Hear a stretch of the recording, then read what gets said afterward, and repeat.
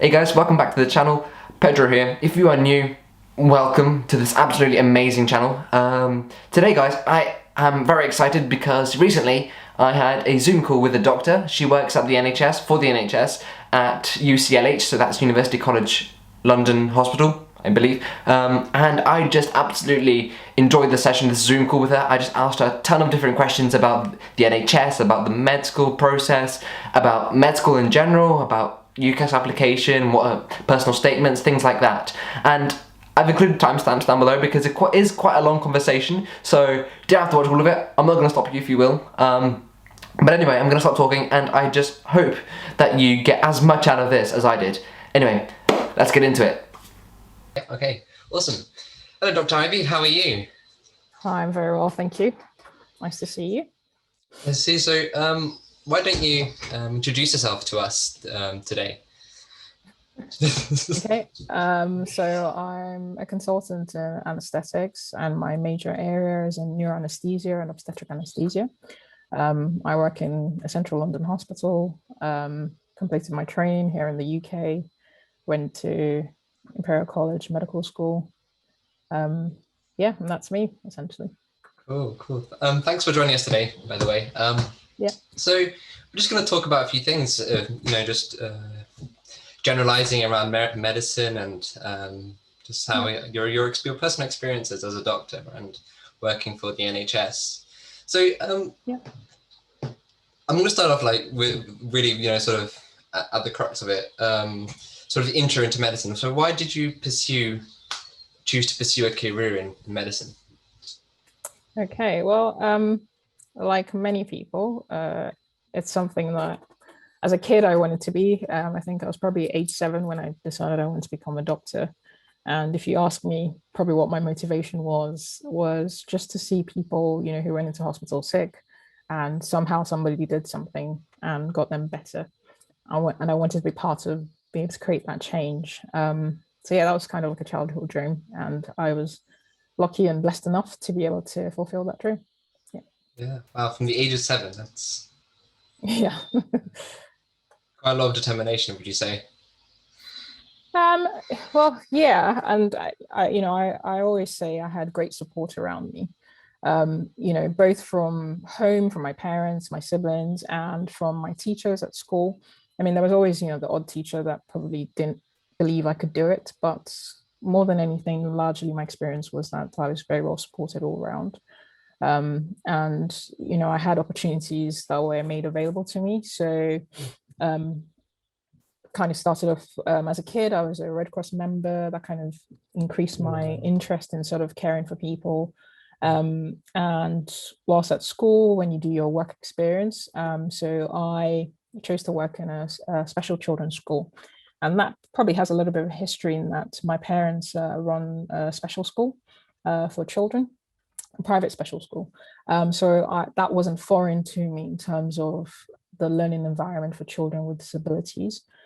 So yeah, I worked in a special children's school in Southwark, and that was quite a nice experience working with children who had cerebral palsy and children who were blind, but were at school. And part of the sort of extra things in the school, apart from the general school, was having a sensory room and seeing how that sensory room was important to their communication and their ability to interact with other children and with their teachers.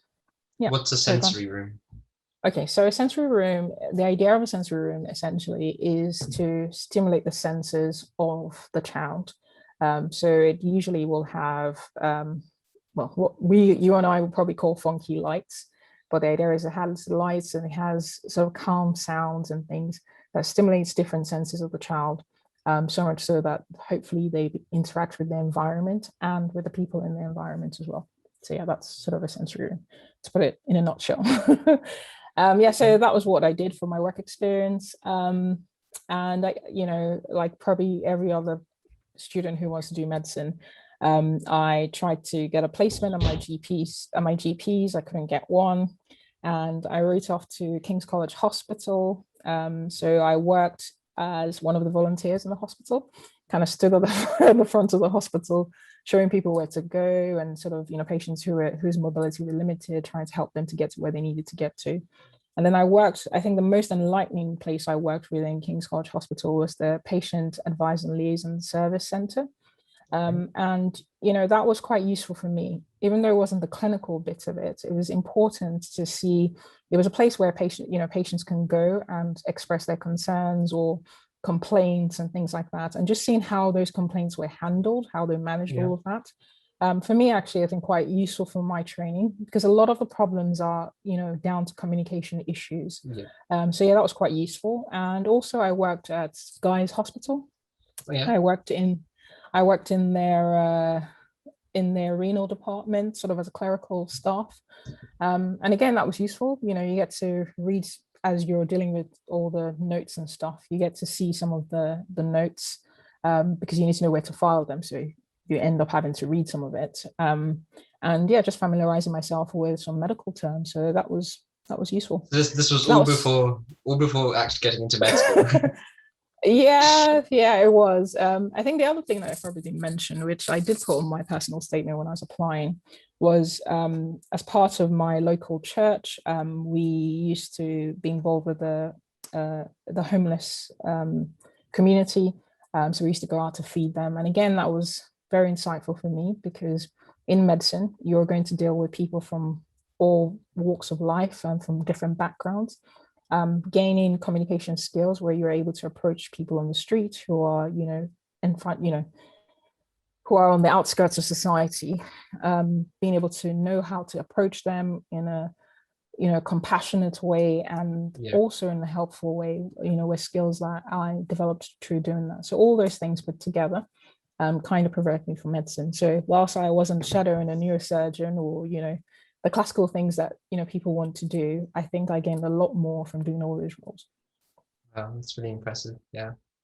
So thank you. That's really cool. It was really, really exciting just to hear how your story into it. So you did your A levels, right? You did A levels. So just how was it from there? So you explained sort of the work experience of it, but more the technically in terms of like UCAS, sort of exam grades, that kind of stuff. I mean, I guess it was. How was the experience for you? Like, okay, so I went to school called Haberdashers, but I went to the branch of Haberdashers that wasn't a paid school, so it was a public school, like normal publicly funded school essentially. But the benefit that the school had was that there were many extracurricular things that were sponsored by the private side of the school. So the Haberdashers Ask company actually sponsored a lot of things that were available in the privately funded school, as well as that. So you could call it kind of like a grammar, like old school kind of grammar. Whilst I was there, I built many leadership skills. So I was a prefect, I led my clubs, and I kind of led a sort of a multicultural day. I kind of immersed myself into the life of the school. And in terms of applying for medical school itself, we were lucky in that there were some parents of the school who were doctors, so we were matched onto them to help us prepare us for an interview. So I had 1 or 2 sessions with some parents who helped me to go through some questions and how to approach those. Also, we were made so I did a modular course. So I did OCR. For those who are in the UK, you'll be familiar with that. So I did biology, chemistry, and I did maths and further maths in my first year.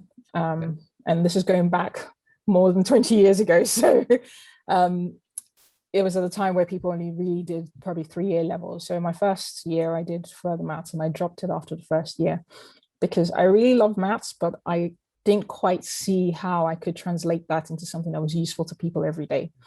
That was my naive side. I was more interested in how you fix things. And actually, one of the modules I did in my biology class was on the nervous system. I think it was the last module, and I thoroughly enjoyed it. So, the school, as I say, was quite proactive in trying to help everyone get prepared for applying for stuff. Back then you applied sort of end of September, beginning of October.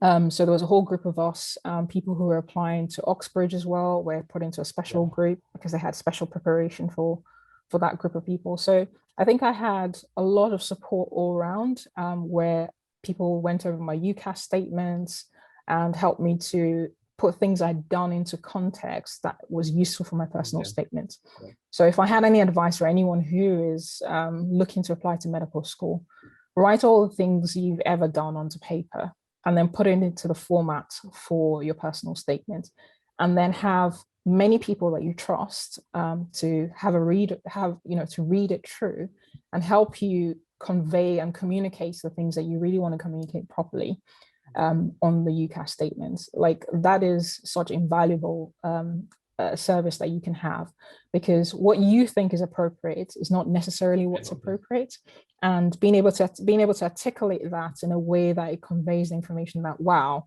because remember, they're not going to meet you before they shortlist people. You need to jump out of that paper when they read it. They need to go, oh wow, that's somebody we want to be a part of a university. And what I will say to everyone is, when you're applying to medical school, medical school is also university life.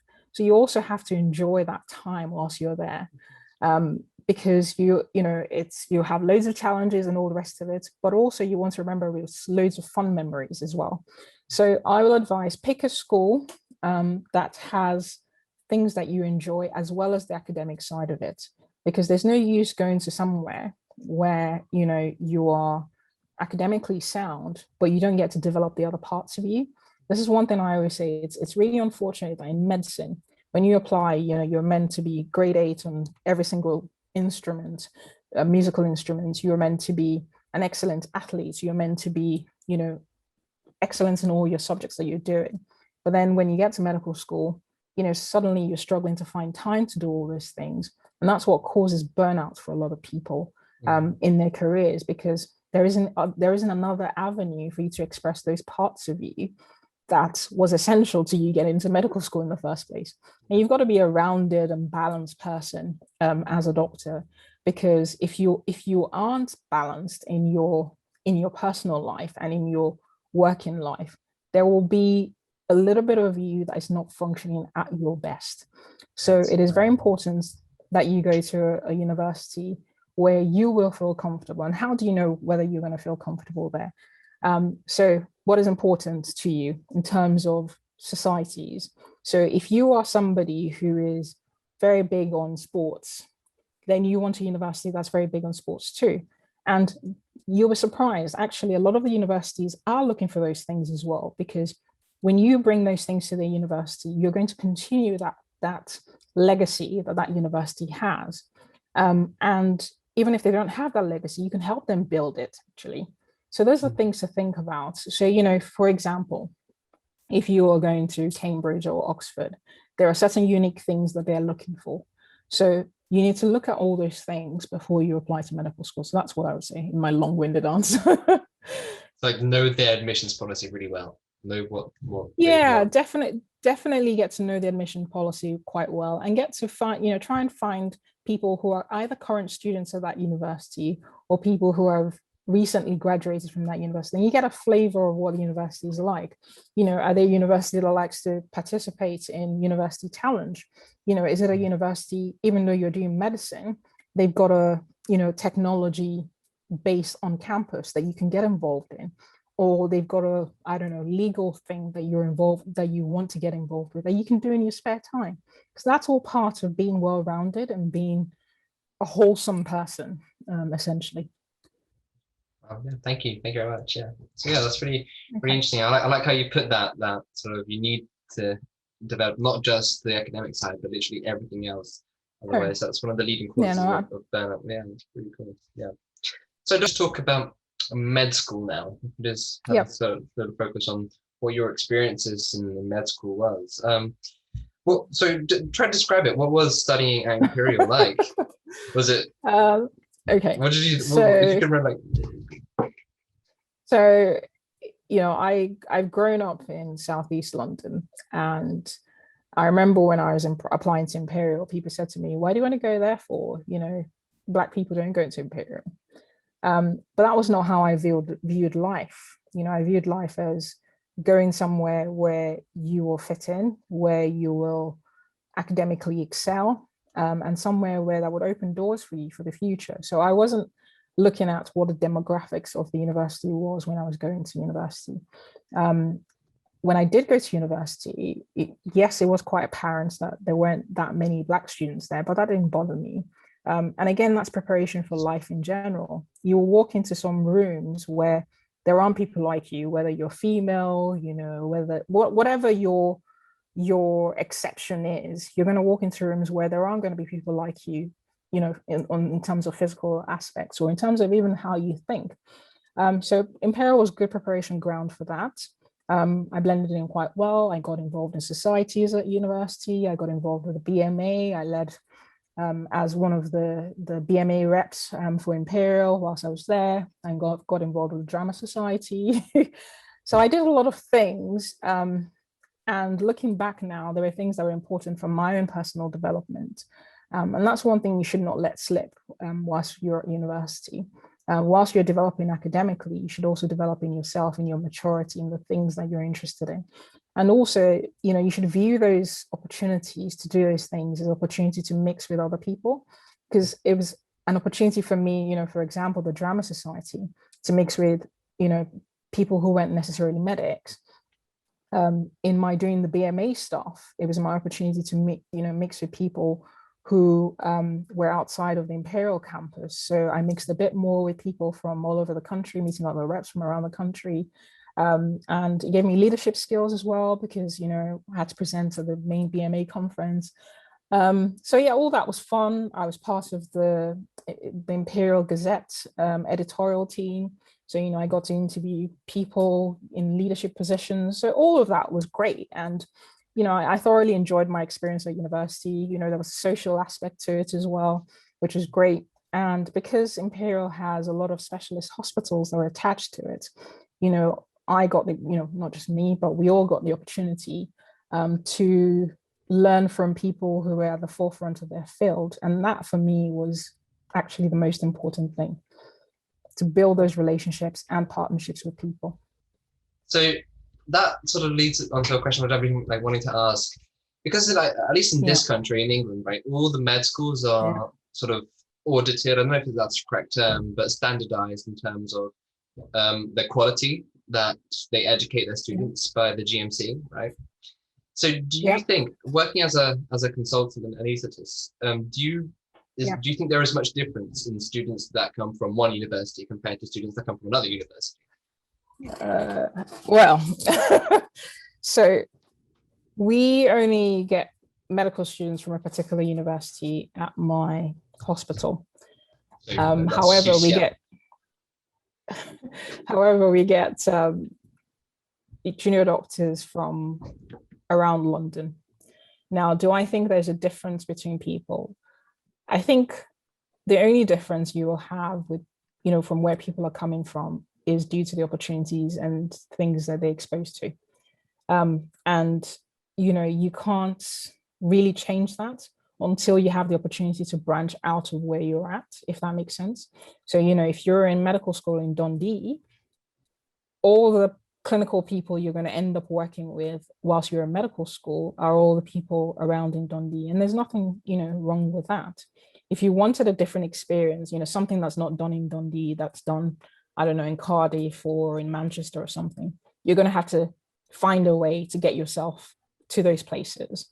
So, and also that, you know, what I will say, but again, coming back to how you choose your universities, look at the curriculum of the university and look at how the teaching is delivered.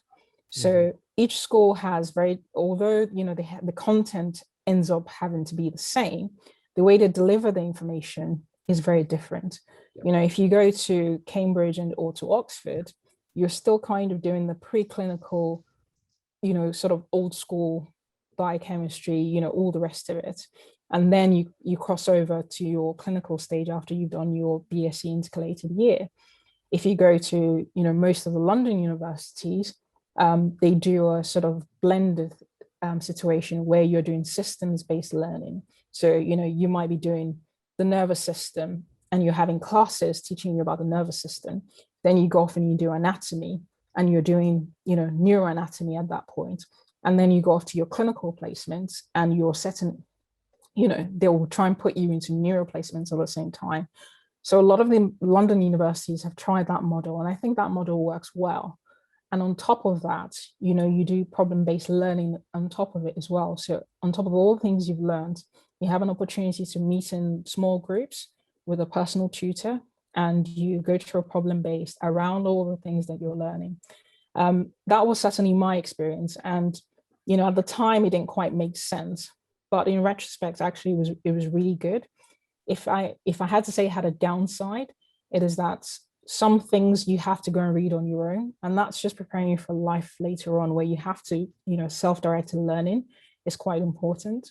So, you go back and you go read the anatomy books properly, after you've done the dissection class, you go back and you have to go and read the pathophysiology properly, even though it's been taught to you in class. Going through the books yourself is very helpful for reinforcing what you've learned. So yeah, so basically choose a school that has a curriculum that's delivered in the way that you learn the best. So there are some schools, who are using technology. So for example, anatomy is now taught in sort of a 3D style. If that is your way of learning, that might be something that you're looking for in the curriculum of the school that you're going to. If you're somebody who likes learning by cases, then you might want to go to a school where that's how they learn as the core curriculum way of learning. So yeah, that would be my advice. But whether there is a difference in where people go to school, I would say it comes down to the opportunities at the end of the day. If you are in London, there is a big push for research. That might not be the case somewhere else, but there's nothing wrong with that, right? Because so long as you're doing research that's relevant, you don't have to be a scholar with 30 peer-reviewed papers, because if that's not what you're looking for, then that's not that necessary, right? So yeah, that is my advice, and that's what I would say in terms of differences between people. You might go somewhere where actually in that region there are loads of GPs, and from that particular medical school. And often it's not because the medical school curriculum is geared that way. It might just be that within the curriculum, they have an amazing GP, lecturer of some sort, who makes such a big impression on the people who come through their doors. So much so everybody goes, I want to be like that person. And suddenly you don't find a lot of people going into GP. The same thing in London or wherever, you might have a very good, medical school where there's a really good surgical tutor, and there's so many opportunities within surgery. They create opportunities for people to come and work in the lab, to come and do research, to come and publish. Because of all those opportunities, people automatically, their CV becomes geared in that direction. Yeah. And the enthusiasm is for those things, because, enthusiasm begets enthusiasm. If you're enthusiastic about your subject, you pass that on to the people you're teaching and to people around you. And that's exactly where the difference, begins to take place. Awesome. Yeah. So cool. What, in your opinion, thank you for that, by the way. But okay. What in your opinion, from your experiences in med school, what was the hardest part of it? The one hardest thing. Wow. About going through med school. What was the hardest part? So I'm going to be quite honest, actually, thinking back now. So I failed my first OSCEs in my third year. What's an OSCE? So an OSCE it's a practical session where you get to demonstrate your clinical skills, or they ask you how to present a history. That's basically what it is. And most health, and it's not just medicine now that uses it. A few of the other healthcare courses also use it as well. So they're not just examining, assessment. Exactly. So they're not just examining your clinical knowledge, they're examining your ability to function when facing a scenario, if that makes sense. So yeah, my first OSCE, I failed it by 1 mark or 1 station or whatever it was. And that was devastating to me because, I thought I'd done all the work, and, I thought I performed okay on the day. So having to dig deep and realizing, this is what I want to do, I'm going to do it. It's not like I don't have the information accessible to me.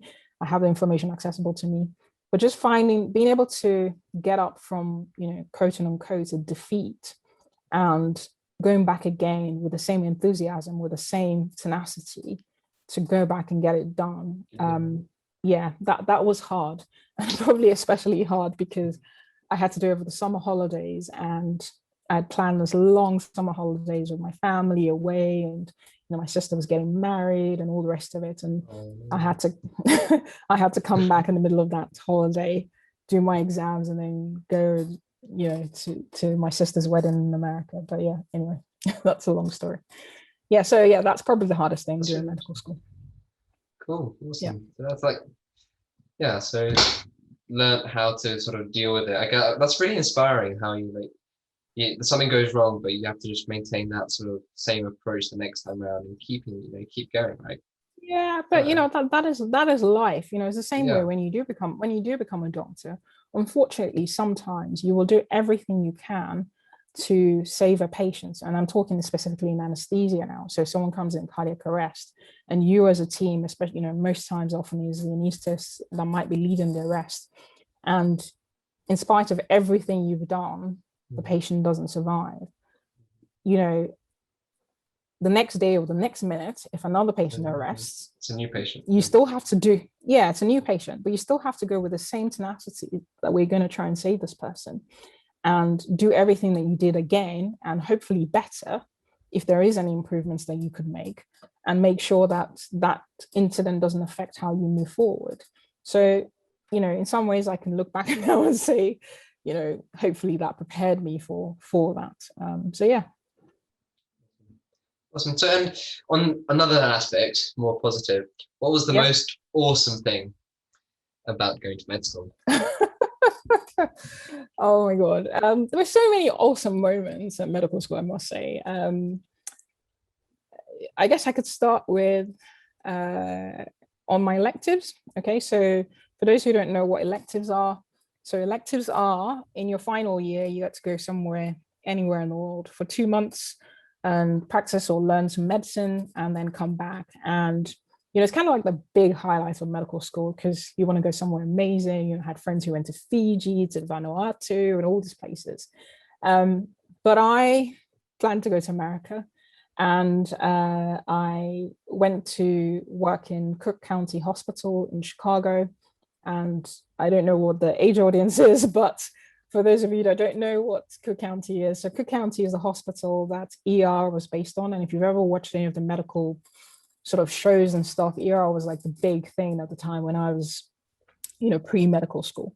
So it was like a great thing to work in this hospital that, all the stories that ER sort of the program showed, to work there. And I must say it was just as dramatic as it was on the program. What did I learn from it? I learned so much from it, practically, actually, because, as a medical student in America, because they've done an undergraduate degree, is a very hands-on course. So you have a lot of responsibility beforehand. It was great. And we had a great holiday at the end of it. It was awesome. Cool.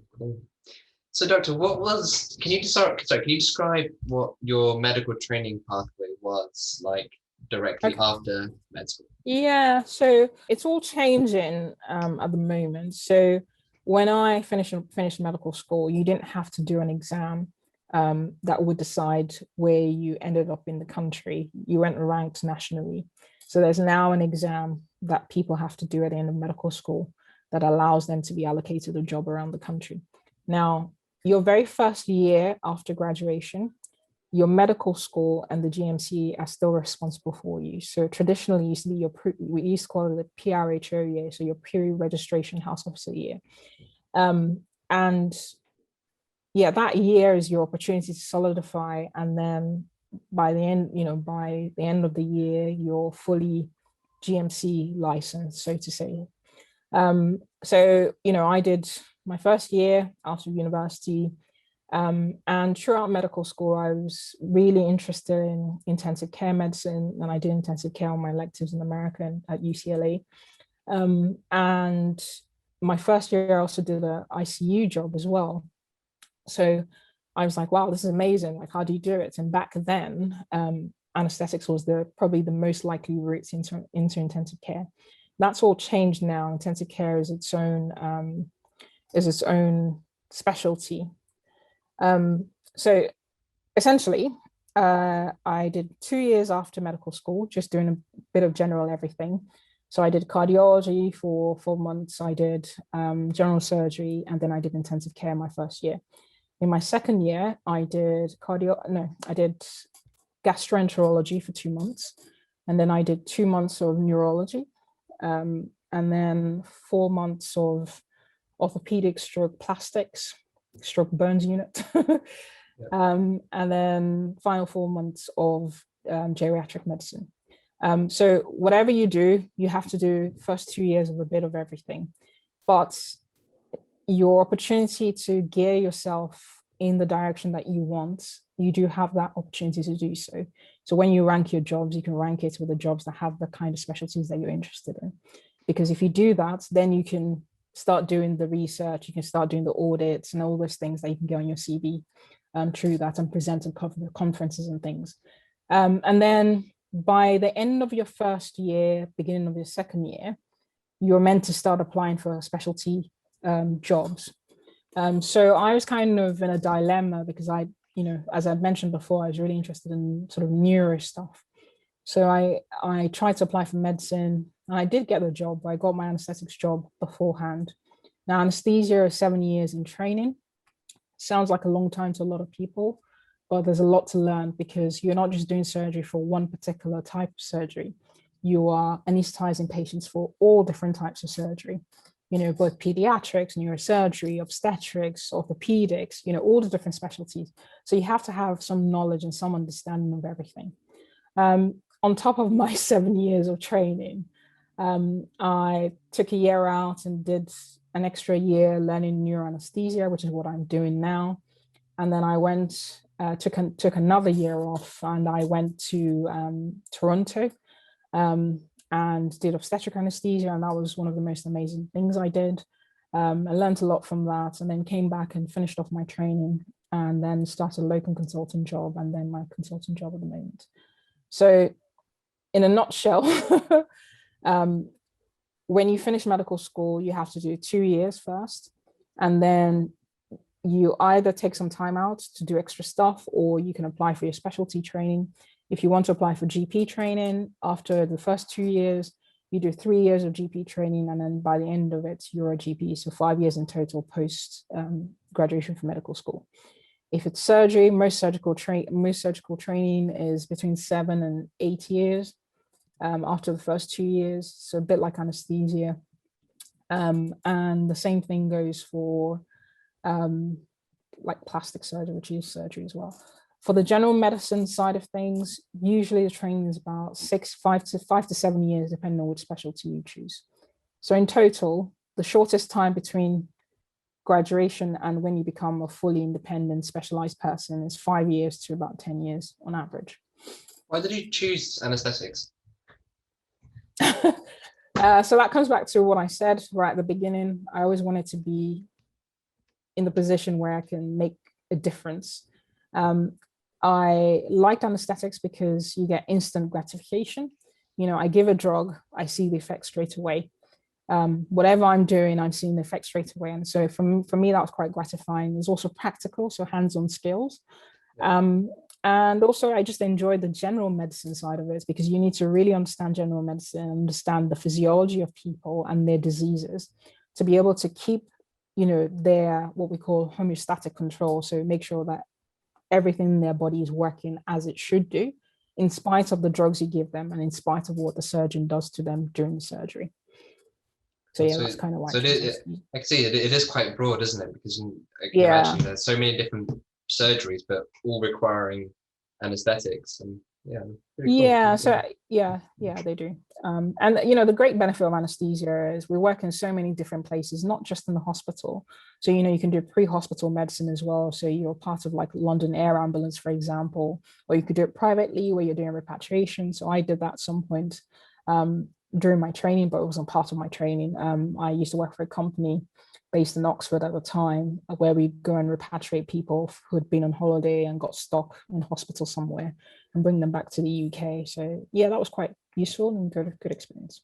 Oh, cool. Yeah. Doctor, do you think there is, I mean, amongst the general population, sort of a stereotype towards medical professionals? Yes, there is. You know, people will, you know, say typical male become a surgeon, you know, typical female become a GP. And I think that's a long gone stereotype. I think with each specialty now, it's more about work-life balance, you know, irrespective of all the other things. I think for a lot of people, that's the crunch factor, as well as interest. So those two things, if you can find those two things in a specialty, you're onto a winner. You know, if you're doing a specialty you love, you enjoy doing it, and it gives you a good work-life balance, then yeah, hold on to that. Yeah, awesome. Do you agree with private healthcare? I don't think there's anything to agree or disagree with. I know people sometimes say private healthcare shouldn't happen when you have the NHS and stuff, but I'll give you a different perspective. If a certain proportion of the population had private healthcare, then those are people that are coming off the waiting list, which means it bumps everybody else up the waiting list in the NHS, right? And they're actually paying for it somewhere else out of their own pocket. I think sometimes where the argument comes in is, well, it's the same doctors working in the NHS that work in private hospitals. But majority of the time, pretty much, I'm pretty sure, you know, 99% of the time, those surgeries are done outside of, in their own time, or in time paid back to the hospital, if that makes sense. So, you know, the people who will go and work in the private sector after they finish their NHS work, at the end of a long day, or they will do it on a Saturday, you know, so, or on days where they're off work. So for me, I don't have any issues with private healthcare. You know, I think, you know, majority of the world outside of Europe, they have to pay for their own healthcare. And actually, we have a privilege in this country, a great privilege that we don't realize, that if there was anything wrong with you today, no matter how big, no matter how small, you just need to turn up to the hospital and you'll be looked after. You don't have to think about selling your house. You don't have to think about, you know, where you're going to pay for your mortgage, all that stuff. And that's not a privilege that some people have around the world. You know, if people got cancer today, they don't have to worry about, you know, that fancy treatment that costs thousands of pounds. They don't have to worry about where the money's going to come from. It's just paid for by the NHS. So if there is anything that will offload some of that burden on the NHS, I don't have any issues with it. And as a disclaimer, just in case anyone's listening to this, I personally don't pursue private healthcare. I don't do regular private healthcare. So I'm not saying that because, you know, I do a bit on the side, so to say. You know, it's a personal choice. I don't think if you do it, if you don't do it, you know, it's your choice. Oh, yeah. So if you were the CEO of NHS England, what would be your first action in office? Okay, my first action would be to make the NHS truly a national health service. At the moment, it is too fragmented to work as a national health system. So if you get looked after, you know, in Kent, for example, the time it takes for your records to turn up in London or in Glasgow or in Edinburgh, there's a lot of paperwork, phone calls, and all sorts of that needs to happen, which if you have a healthcare record system that works across the entire country, that reduces a huge amount of the admin work, and potential for mistakes to happen, actually. And it will reduce, you know, the burden of each, you know, local area investing in a particular healthcare IT system. You know, at the moment, IT systems don't talk to each other. So then you employ somebody who then has to pick up the phone and ring somebody who then has to fax, you know, old school fax, you know, information across, or emailing these days. Whereas if you have a system that works, you know, as has been clearly proven by COVID, you know, most healthcare organizations had to quickly find some kind of IT infrastructure to be able to enable them to function during the pandemic. You know, wouldn't have been great if we had a national healthcare system. You would have been able to see everything, you know, at the point of contact. And people often worry about, you know, cybersecurity and all that stuff. And I always say, you know, if the banks can do it and build in, you know, cybersecurity into that, there's nothing stopping the healthcare service from doing this, the exact same thing. Yes, healthcare data is probably more valuable to those who are trying to hack stuff. But again, you know, it's about making sure that the right infrastructure is put in place to make sure that the system is fit for purpose and is resilient to any cyber attacks. So if I were the CEO of NHS England one day, that is one thing I would make happen. To unifying individual trusts to come together. How would that benefit? There needs to be a communication. What would be the ultimate benefit of that? So for example, if you were in Kent and you went to your GP surgery, or you happen to be in Kent on holiday and you ran out of medication, now there is the NHS digital app where you can request for medications. But if you did go to your GP, you know, to a local GP, they wouldn't have your records to be able to look at what's normally prescribed, when it was last prescribed, and all that. So all the due diligence that normally would need to happen if you were going to a different GP practice. So, you know, that's one example. I can use the medical record side of it as you know, an example that's even more relevant now that the NHS digital app is there. You know, the NHS digital app doesn't have your medical information for you to view, right? When you go to another hospital, you know, they don't have your records that was logged in, I don't know, in Cardiff or wherever it is the person has gone to across the country. But you might have been visiting family in Kent and maybe suddenly were unwell and taken into hospital. They don't have any of that information. Whereas if we had a national health digital record system, they can easily log into that and find that information. And that, you know, that helps patient safety, you know, it helps to deliver a better and efficient service. And I think all around just useful for patients, really. So, Doctor, the values of the NHS Constitution, so that's as on the website here, working together for patients, respect and dignity, commitment to quality of care, compassion, improving lives, everyone counts. Those are the values, is that right? I could be wrong. This could be a wrong, incorrect website, but... That's okay. Yeah, everyone counts. I think more importantly, the quality assurance within the system. So delivering quality every single time. I think that's the greatest challenge that the NHS has in terms of core values. And why is that? You know, like any business, the reason that's a problem is because you need consistency at every point where services are being delivered within the NHS. And how do you, you know, provide that quality control with so many people? You know, the NHS is the largest employer in the UK and probably, you know, in Europe as well. You know, how do you make sure that every person who's delivering service is delivering it with the same core values, the same compassion, the same level of knowledge and quality and all those things? I think those things are very hard to make consistent across the NHS, and ensuring that quality at every point that someone comes in contact with NHS services is important. You know, I'll highlight one, for example.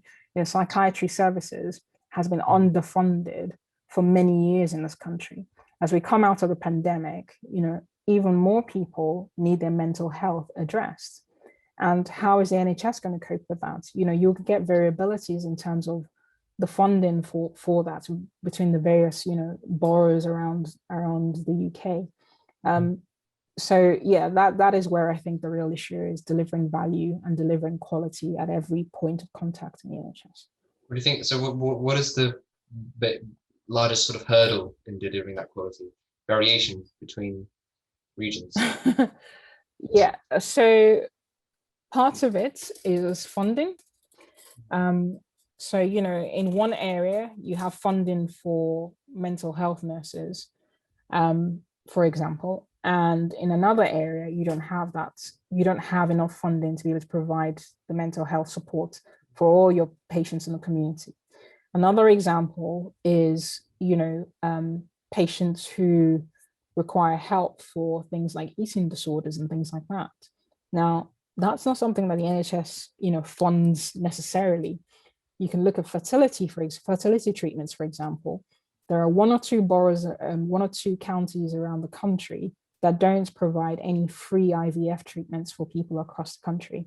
Whereas the NICE guidelines, so the organization that provides guidelines that are recommended for the NHS, recommends that, you know, women should be allowed to have one or two, it actually says 2 to 3 fertility treatments on the NHS, funded by the NHS. But most trusts, most areas struggle to be able to provide that. You know, that's the variability. So then you're on a postcode lottery where if you live in a particular place, you might get the 2 or 3 treatments for free. If you live somewhere else, you may not get access to that. You know, that's a variability. Exactly. So then, you know, maybe that area where you get everything free is an area that's very affluent, for example. Now you're already, there's that social exclusion, you know, just by, not by the design of the NHS in terms of that was the intention, but just by how things fall into place because of funding. How they've developed, how they've evolved, right? Yeah. Exactly. Interesting, very interesting. Yeah. Out of the component groups of the NHS, so the various sort of things like the CQC quality, or is it Commission of Care Quality Commission, Care Quality Commission? That's CQC. Yeah, so CQC, yeah. Health Education England, NHS England. Out of these sort of constituent groups, which do you think is the most important? I think they're all relevant. I don't think there is one over the other. They all have a role to play. The CQC has a role in trying to drive standards and support organizations that are struggling to help fulfill those standards. So I don't think there is one that you can say, oh, you can't do without, you just chuck them away or anything like that. You know, NHS improvement is important for, again, for maintaining quality and standards.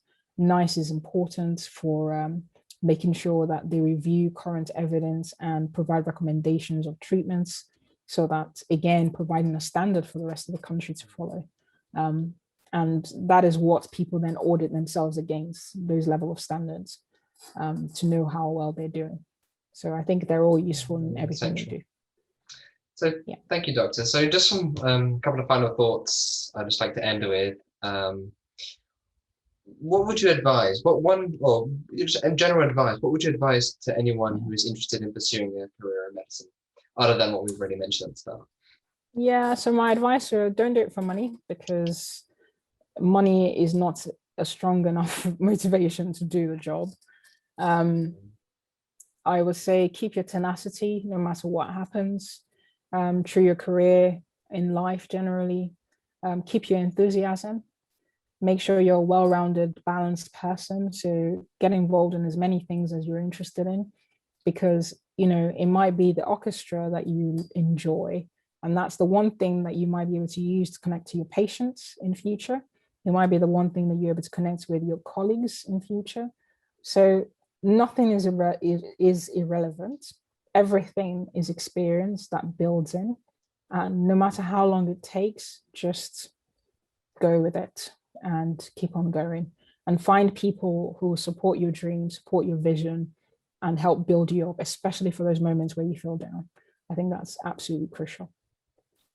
And very lastly, what is the most awesome thing about what most awesome, enjoyable aspect of what you do? The most awesome thing is that I'm privileged to do what I love every day and to enjoy it. And that patients, you know, when I meet patients, they're at a vulnerable time in their life. And I get the privilege of walking them through that part of it. You know, so they're coming for a surgery, which, you know, for most people is never for a good thing. So there are a lot of emotions attached to that. And I get the opportunity to be able to reassure them, keep them safe, and sometimes see the progress later on. You know, so for example, on the labor ward, you know, sometimes they might have to be asleep for delivery of their baby, you know, and in that moment, there's a lot of emotion. So I've got to reassure them, make sure everything's going to be okay. And then when their baby's in their arms, you know, it's joy inexplicable, really, to see them happy with their family and everything's okay. It's great. It's great. But yeah, that's the highlight of my job. Yeah, awesome. That's beautiful. Yeah. That's very, very inspiring, Doctor. So thank you. I'm really grateful for your time, Doctor. Thank you for meeting on the channel today. No problem. No problem at So all. always a pleasure to have you around. So thank you. Yeah, I'm going to end it there. Thank you. Thank you for coming Thank you on. very much.